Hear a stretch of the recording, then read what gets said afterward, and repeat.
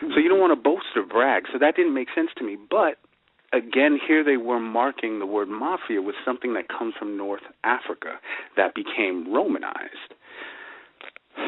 So that's when I started studying North Africa at the time, talking about the pirate companies and their influence on Sicily.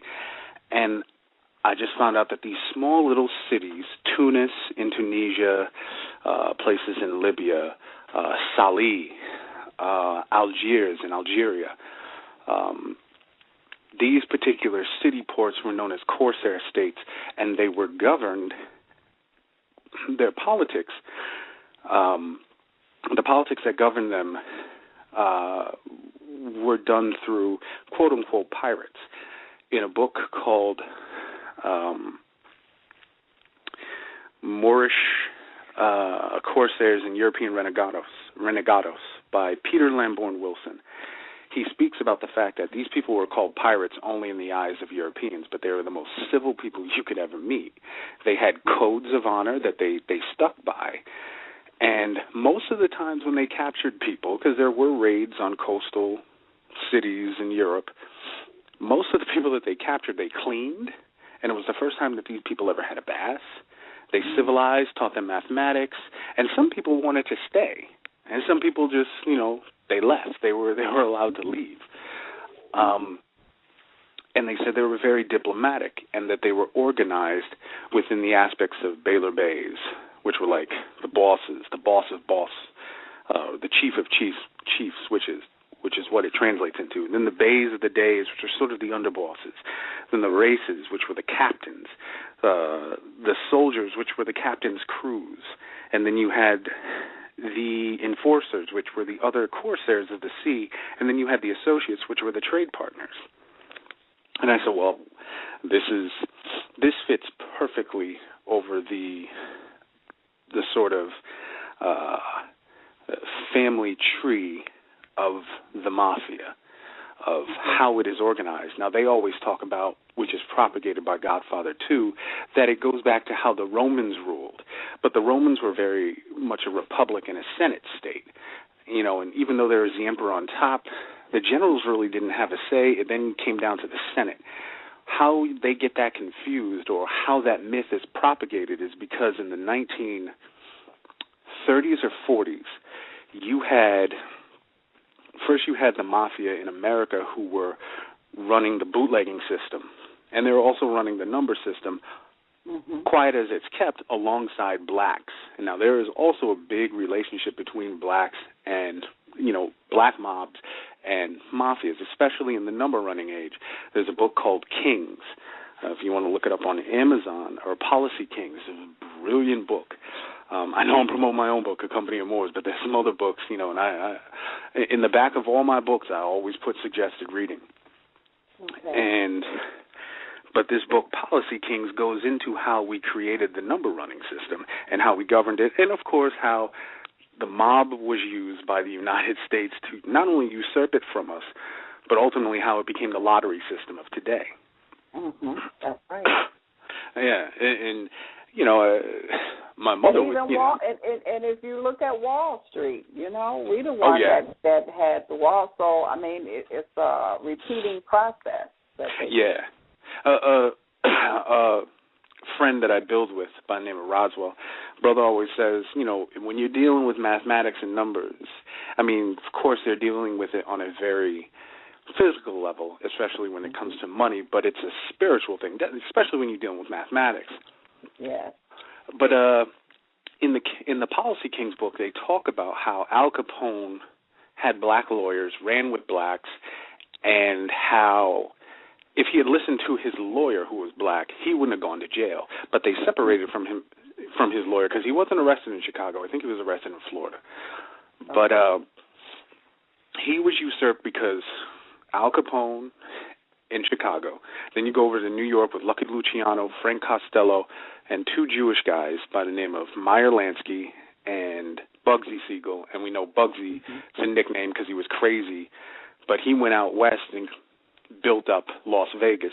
But those four guys, once Prohibition had stopped, they wanted to keep the number running system, and they were known as the New Turks. in mob terminology, the new Turks are just the young cats who just push the boundaries of the envelope a little bit more than what they call the mustache Petes, which were the old school guys. Right. But they created something known as the Commission. When the Commission was created, it was like a board of directors. If you watch the movie Mobsters with, I want to say Charlie Sheen, but it's not. It's Christian Slater. Not the best of movies, but it gives you an overview of that particular time period and what was going on in the Calamarsi War that involved Lucky Luciano. But when they built that commission, it was then became like the Senate of Rome, and it became like the Roman emperors and things of that nature. And that's where they get the whole aspect of the Mafia is built after the organization of Rome. But it's not. It's that commission. So again, going back to this, the 1500s to the late 1700s in North Africa, and seeing how they were organized, and seeing that their influence on Sicilian culture. And again, you're not going to find, but still do the research, because maybe you'll find something better than I did. Nothing concrete that will say this came from this, because as we all know, studying our own history, whatever it is, from a metaphysical point of view, historical point of view, or an occult point of view, they're never going to say black people created this. Right. They're not going to give you credit. Jose V. Pimienta Bey talked about that. He said, a lot of times when we look for stuff in the past, we're looking for it to say black people did this and black, but it's not. It's going to use ancient names that we called ourselves, and they're not going to explain that those are black people. So now, Justin yes. Thomas, I have people that says they would like to ask you some questions. Oh, okay.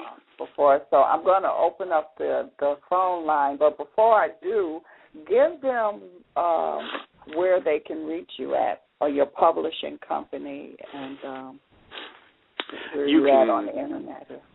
You can go to www.ancientartoffacts.com. All my contact information is on the page, the link contact. And also there are the books. They're available there. It'll take you to Amazon.com, and you can purchase the books there. Or you can go to a store, and if it's not on the shelf, you can purchase any of the books I've talked about, especially A Company of Moors.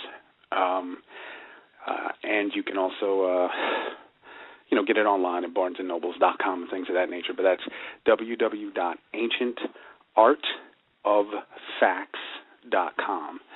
And all my contact information is on there. Okay, I'm going to open up a line here. Okay, caller, are you with, this is Mike, caller? Yes, can you hear me? Yes, we can hear you. All right, hello, how are you, Ms. D? Blessings, and Justin Thomas, how are you? Oh, I'm doing fine. All right, I just want to say I'm a big supporter of both of y'all. I just got my copy of Company of Moors and Memoirs of Hip Hop Heist a couple of days ago, so I'm really looking forward to the read. Oh, wow. Yeah, I heard you on Miss Blue's show recently, and she actually was trying to get me to call in because I'm a aspiring writer, and cool. the things that I'm hearing you say, and where the things I know about your writing. I'm hoping to kind of traverse that path. So I'm really trying to connect with you, and just anything to say is going to be great value to me. Yeah, cool. Well, the contact information is on the site. Also, The Writing More, MOOR, at yahoo.com. Okay. We can talk, because I get excited about, creative black people, regardless of what you want to write about, as long as it's written well. All right, and actually, I have some stuff I've been writing. I posted even on the chat right here. I have latest Afro-Arabic perspectives is the Black Man God, where I kind of go in on it. Cool. And I think that I'm your friend on Facebook. Okay. Who are you? I'm sorry. My name is Taquan Amaru. That's on the Facebook too? Yes, it is. That's the name on Facebook. Okay, cool. Well, if we connected on Facebook and on my Teferu or Czar page, yeah, hit me up with a message. We can cipher. Yeah, okay. I'm gonna hit you up and make sure that that's exactly it is you indeed. And cool. if not, I'll connect you with someone else. But I have one question for you, real quick. I don't want to hold you up, but no. I just want a connection on the Moors and the Native Americans, and basically just an overall view of what America really looked like before the Europeans arrived. Yeah. Are the Native Americans equal to the Moors, or how does that equal out? Well, this is a tricky subject. Okay. From what I have seen and read about, it's odd because I know there were black people here beforehand. One thing Jose V. Pimienta Bay, you can get his book Othello's Children in the New World. He really goes in. Okay. Brother's bad. I think I might suggest it in the back of A Company of Moors. Okay, great. When I spoke to him about some things, I kept saying, was this of Moorish origin? Was that of Moorish origin?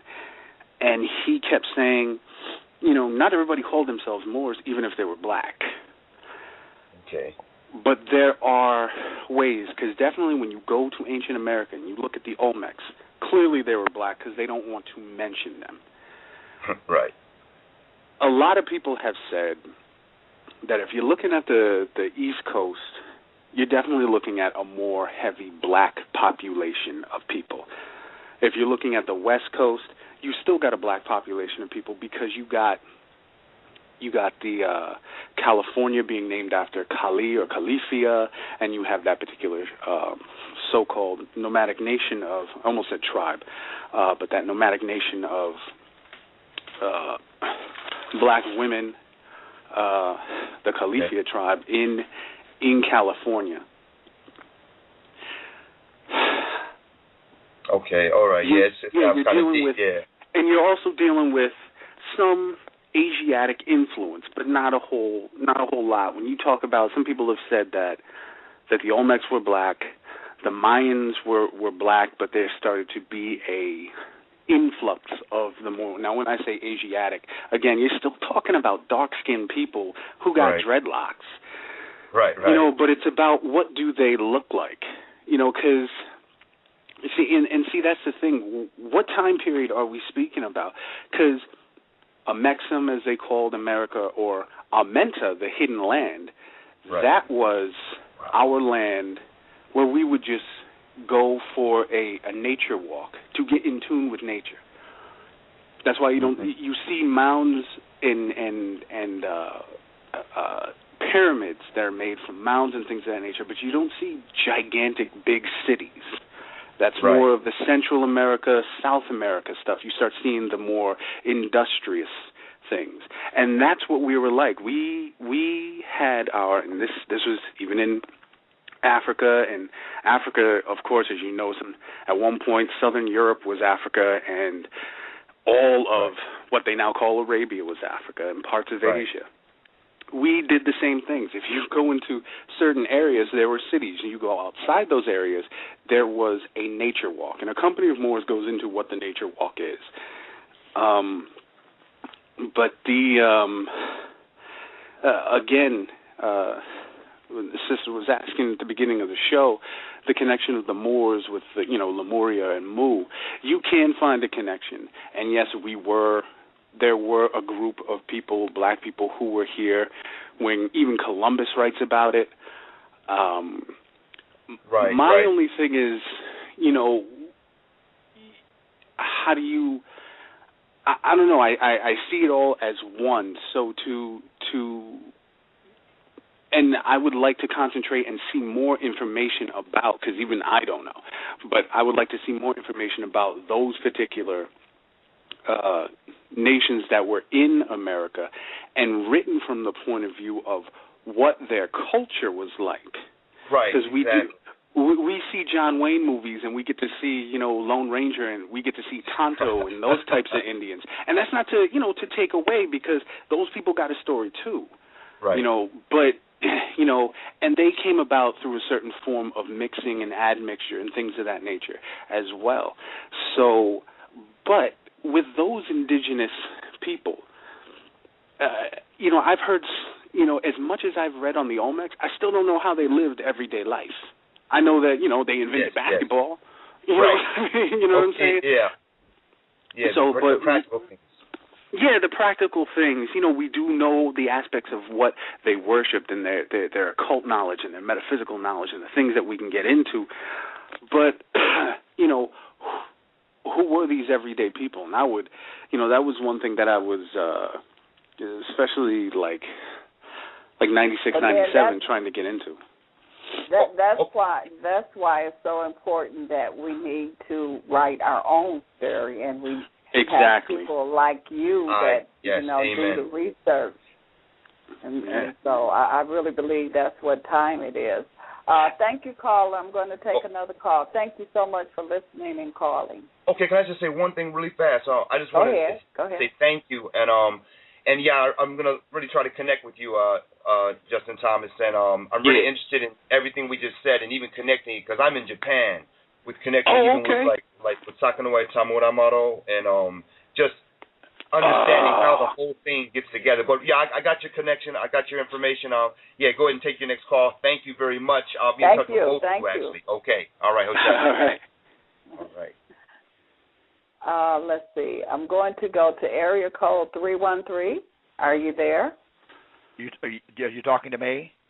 Yes. Hello? Yes, we can hear you. Okay, thank you. First of all, Mr. Thomas, thank you so very much.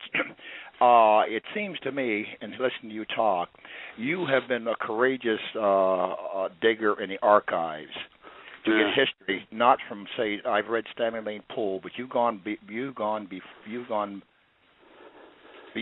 before him into the Nile Valley, the Kemetic civilizations and so forth. Yes. How they spread. And so when we speak of Moors, oftentimes because we, myself included, do not do the sufficient research, number one, to find out where they came from, where they got their knowledge, and how they dispersed throughout the world. And what Dr. Clark says, they saved Europe 2 times. The first wave, I think, was in the 11th century? Yes. 711. Yes, okay, before, okay, I don't have my time down. Then again, later on, and some have said at the tip of a spear, in which you said they civilized them. And so even back in, say, in the early 50s, when I was in certain parts of southern Europe, those people still did not know how to take a bath, actually, up in the hills and the mountains. Yeah. And if you look at the map, I was in Sicily, I think, Augusta, which is right on the tip. Okay. And you see people there as dark as any people you'd find in the States. Yeah. And also, you're talking about the Rinoko Rashidi has done some good work on the early presence. Yeah, brilliant. Along with Van Sertima, the early presence of Africa and Asia, Europe, and Americas, and so forth. Yes. So we can say this or that, but even from Greenland to Skrelings, I think they were all around, and it can be documented if one wants to do the research that the so-called the Twamen, and derisively called Pygmy, they traversed the globe over 1 million years ago. Yes. There are maps showing longitude and latitude going back thousands of years, where the Europeans, I think it was the 18th century before they figured that out. Yes. So I can appreciate the effort that you're doing, taking it from one level to the other, and I presume you're a young man. Yeah. All I want to do is to applaud you for your industriousness, your insight, and so forth. And you seem to have a sensitivity because you made to paraphrase you, you have a time discussing, there's difficulty in discussing certain topics with our people. That, I think, because we've been lied to and so inculcated with falsehoods and false history, that we don't want to give it up. But once we begin to study the timelines and so forth, we can see where it all came from. And one thing that you said, I think, which is key, and we should all take it to our bosom and hug it, which is everything, in my opinion, everything that you see about us today, the genesis of it started with our people. Yes. The science, the math, cosmology, a so-called religion. And one thing I can appreciate you for, you didn't say it as such, but you made, at least to my understanding of you, you made a subtle differentiation between religion and spirituality. Oh, yes, yes. But see, we interchange those words. Yeah. And also, when you were talking about the metta, the walking, and so forth, the nature, our people are tuned with nature and indeed the universe. So, brother, I appreciate you, and I look forward to reading your books. Oh, thank you. And thank you, caller. Wow. Okay, I'm going to go to area code 609. Hello, hi, how are you guys? Good. How are you? All right. I'm fine. I just wanted to say, you were talking about a lot of things that, obviously that I'm not too much familiar with, but what strikes me out is the fact that, I'm a aspiring writer too, and the uniqueness and difference that you write about, and how you were talking about as far as when you went to publishing the book, what may not have struck to this one person, how you just went ahead with it. And what I liked about it is the fact that you didn't have to go with what the majority was writing about. If it was something that you liked, it is something that you felt as though that people need to hear and know about. You kept going on, and you kept moving forward, and that's how I am. That's how what type of person I am. So I just wanted to commend you. Good. That's great, and a lot of people need to know that. Different is always better. I always like originality and uniqueness. So I just wanted to thank you on that. Oh, thank you. Caller, do you have a book that you've written? No, I'm writing the book now. I had finished it, but I was, moving back and forth from different places, and half of my book got lost, and I took. Then I had it all written on the computer, but I didn't save it on the disc. But I had written it out all on paper first, and I had written, and I put it on the disc on the computer. I typed it up, but I didn't save it on the disc. So to make a long story short, I guess the megabytes or whatever, something happened, everything got messed up on the computer. So now I'm just taking the time to do it all over again. But it's just something. It's basically something different. But you hear about it, you read about it, but it's just something different. Something that I feel as though would give a lesson. That's how I am. Not all good. Duty and all that stuff. It's just about a lesson, and I think our people, just like you were saying, need to wake up and hear the lesson. So that's what my book is. So make sure that you get the information, Justin Thomas information, so when you do finish your book, he is a publishing company. Yeah. And I was just going to say, I've been there losing information and having to start all over again. That's I can relate to that. I've been hurt like that before several times. Oh wow, yeah. It hurt me, but I know that I've been there, so I know that I'll get back there again. So So thank you, caller. You're welcome so much. Thank you. Thank you. And this is going back to what I was saying earlier, Justin. It's so important that our young people read your book and get. I feel like that they would even be more interested in the learning process, the schooling, because in their spirit they can just tell it's not right. The information they're giving them is not fitting, but this kind of information, reading books that you put out, this is what they really need. Yeah, and when you connect any of the information back to somebody, to who they are. I mean, mathematics. I mean, you go to algebra and you can be like, "Oh, that was a Moor. His name was, Algebra." And he connected that to the science of bara, and and then they go, "What? That came out of really somebody like me?" Yeah, and then it starts to make sense that way. But I mean, again, the system is designed a particular way. It's not like they're doing it by accident. It's totally on purpose how we are miseducated. So, and then I think young men like yourself and others, is going to take to re-educate our children and some of the older people, because if we just sit and let the system continue to miseducate, that's what they're going to do. Exactly. So they need now.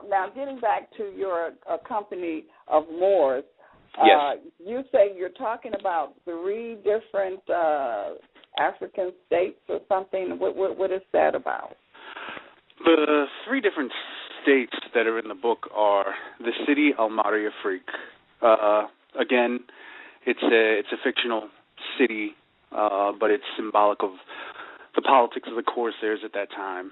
And, of course, creative licensing and trying to make things interesting because, sometimes nobody did anything. But you have that as a state, and that's all of it takes place in, a fictional African setting, Odongo Maharim, which means the twin Moor. And there's a lot of duality in the book. There's a lot of duality. That's one huge theme that goes throughout the book is duality. But the other state is the Genhai Kingdom, and they are symbolic of not just the kingdoms of Africa at that time period, but also they are connected to, because the king is known as the king of 2 worlds, and he is connected to a more ancient aspect of Africa, and the city holds up the more ancient aspect of not just Africa, but black people and black kingdoms in and outside of Africa. And then you have the 3rd state, which is this nomadic tribe known as the Ogunsanwo Mashek. And the name Ogunsanwo is, he who is of Ogun, the god of wrath and war. So they are a nomadic nation, and there's a lot of politics that go along with them. And it gets into the dirty politics because we like to talk about, we built the pyramids and we dissected, the information of the cosmos and this, that, and the other. But there are some dirty politics, and we do get into black people selling each other out to slavery. And we also get into how the Europeans pulled the strings on that.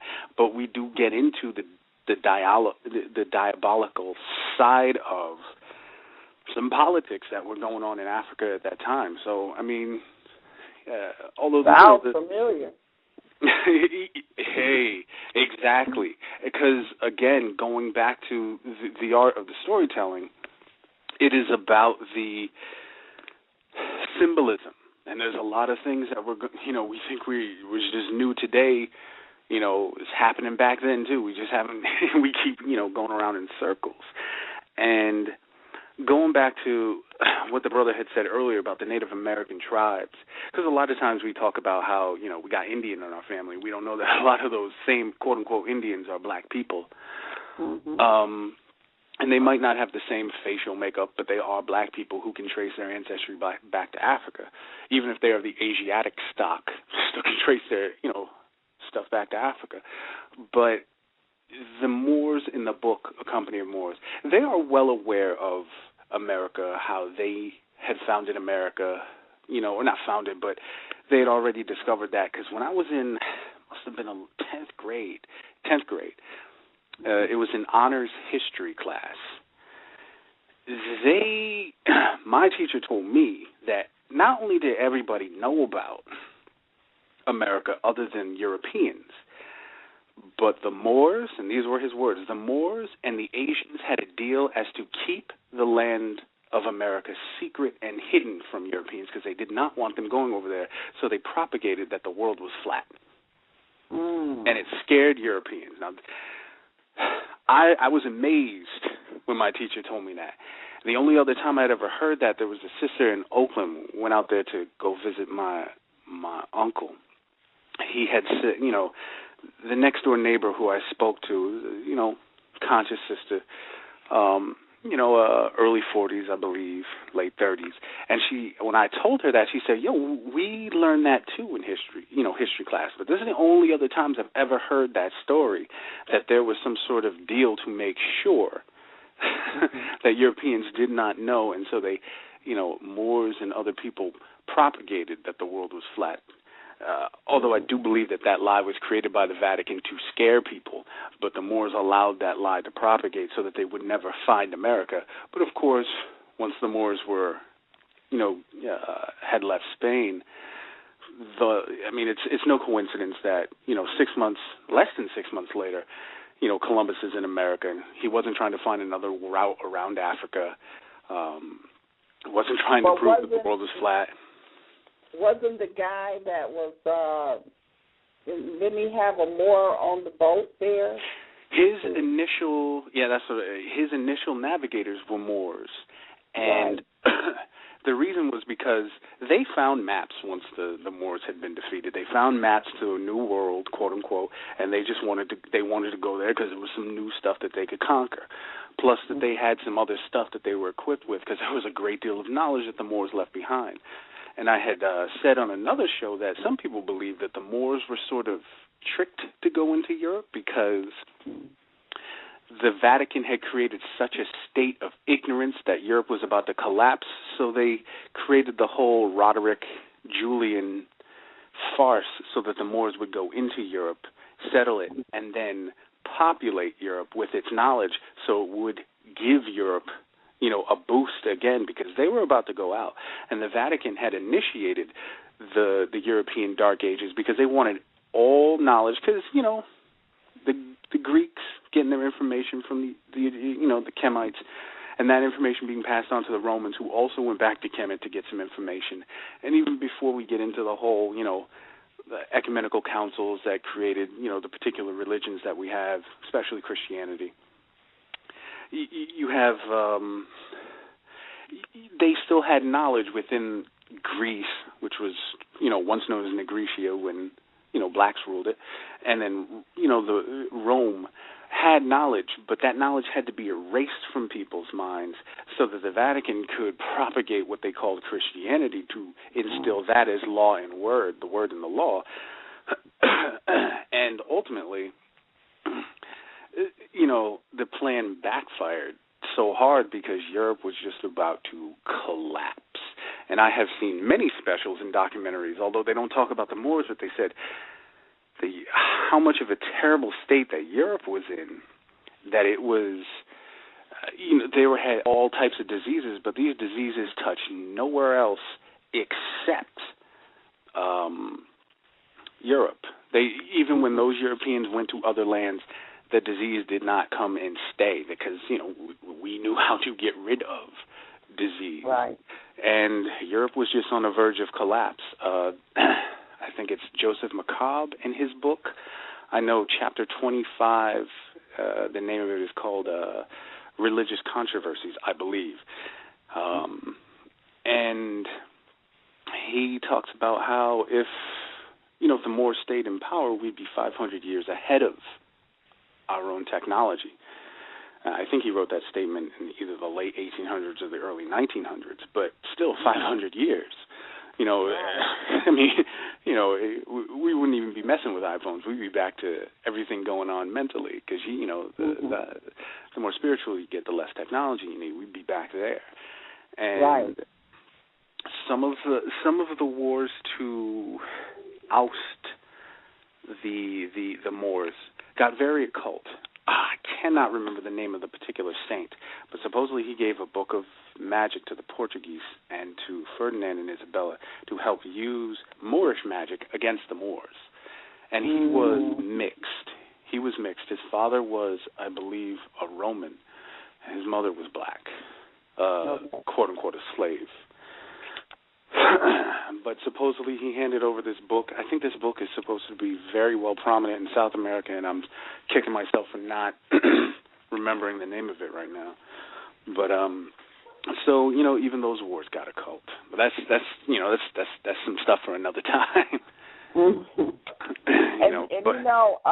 Your books, I haven't read them.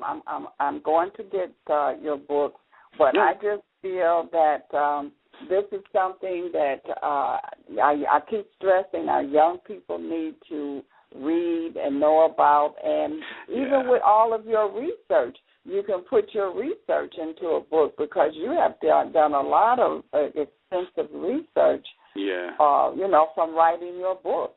And that's a lot of information that the young people need, and older people too. Our people, period. Yeah, and you're not the only one being lied to. Everybody is getting miseducated. Exactly, because there's a lot of white folks that kind of believe their own hype. And there was a brother on YouTube. So I have a YouTube channel that showcases the commercials. It's just YouTube. /Ancient Artifacts, or Ancient Art Publishing. But this brother was talking about that this white guy was trying to learn, but he just couldn't do it, and the brother had a back and forth with him, and he was just saying, he just felt every time he was trying to learn about the true history and things of that nature, he just felt that black people were just accusing him of something that he felt he wasn't involved in. And, I answered the brother back. I said, well, psychologically, in his heart, he might want to learn, but psychologically, he's not. That's a big one, because we can learn about Kemet, we can learn about the Moors, and we can learn about the lie, and of course we might be angry for 9 years or things of that nature, but we can overcome that. When the lie isn't in your favor, in terms of when the truth is actually you didn't do anything, you didn't bathe, go read the book Dirt, and you talk about, the most cleanly of people were, people who would bathe in like 3 months, like kings and queens had taken a bath like once a year, and they were the most clean, and, drinking all types of foul things and doing things. When that is your history, and it turns out all these things about Rome and all of that can be traced back to black people, it's very... I know a lot of people, when they get into the conspiracy, talk about Rome being suckled by a wolf and the two twins, Romulus and Remus. But that's truthfully about, the dual natures of the male and the female, not suckling a wolf, but Sirius, and getting the energy from Sirius, the dog star, and Rome is, Roman or Amen-Ra, or Ahriman, which is, a demon, or the blackness or the darkness, the unknown. It still all goes back to us, no matter how it's like a Rubik's Cube. You just got to put the colors back together, and... Well, Justin, I hate to cut you off. We're down to our last 2 minutes, and I want you to give your information out again. Again, I can be reached, or my contact information is on www.ancientartoffacts.com. And that is my company, trying to build it up to do some things not only for myself but for other people. And again, a company of Moors, Code 47, and the Ronin Poets are all available at any bookstore. And 12 Stories High will be put back on the market, re-released. And next year we have something new coming out, which is going to be, I'm going to start doing that campaign sometime next month. Okay. Well, thank you so much for coming on the show. It was very interesting, and your books seem like that they are very interesting too, so it's a must-read. We have Christmas that's coming up. They will make excellent Christmas gifts. So thank you again for coming on. Thank you. And we will have you on again. Thank you so much. Thank you. Sorry about the coughing in the beginning. That's okay. That's all right. Thank you. But it turned out okay. Yes, thank you. Yes. Okay. Bye. Well, once again, you've been listening to the Truth to Power show, and we will be back on next Monday at 8 o'clock p.m. Eastern Standard Time. Peace and love. Thank you. We declare our right on this earth to be a human being, to be respected as a human being, to be given the rights of a human being.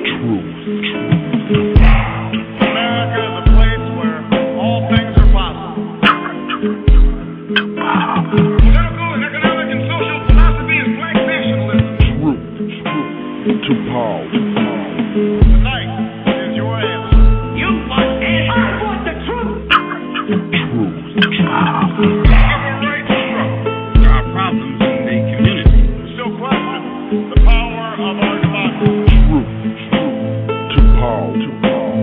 Sometimes men take matters into their own hands.